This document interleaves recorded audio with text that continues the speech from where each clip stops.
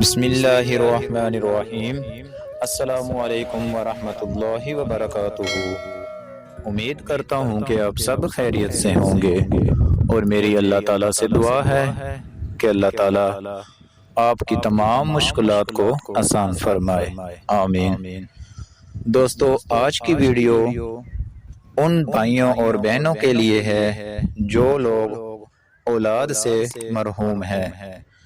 تو میں آج آپ بھائیوں کو ایک ایسا وظیفہ بتاؤں گا جس کے کرنے سے آپ صاحب اولاد ہو جاؤ گے۔ تو دوستو، یہ وظیفہ ایک قرآنی آیات کا ہے، تو اس وظیفے کو آپ نے اپنے پورے عقیدے کے ساتھ کرنا ہے۔ تو دوستو، وظیفے کو اچھی طرح سمجھ لیں۔ اس سے پہلے میری تمام دوستوں سے گزارش ہے کہ میرے چینل کو سبسکرائب کر دیں اور ساتھ گھنٹی کے بٹن کو کلک کر دیں۔ شکریہ۔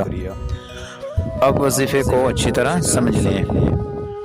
آپ نے یہ آیات پڑھنی ہے: ربی لا تذرنی فردا وانت خیر الوارثین۔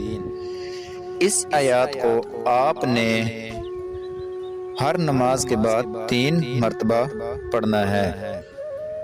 جو شخص بے اولادی کی وجہ سے مایوس ہے، وہ اس آیات کو ہر نماز کے بعد 3 مرتبہ پڑھیں۔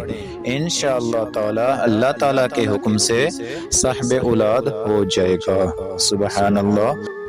دوستو، یہ بہت ہی پاورفل وظیفہ ہے، اور جو لوگ اس وظیفے کو اپنے پورے عقیدے کے ساتھ کریں گے تو میں گارنٹی کے ساتھ کہتا ہوں وہ اپنے مقصد میں ضرور کامیاب ہو جائیں گے۔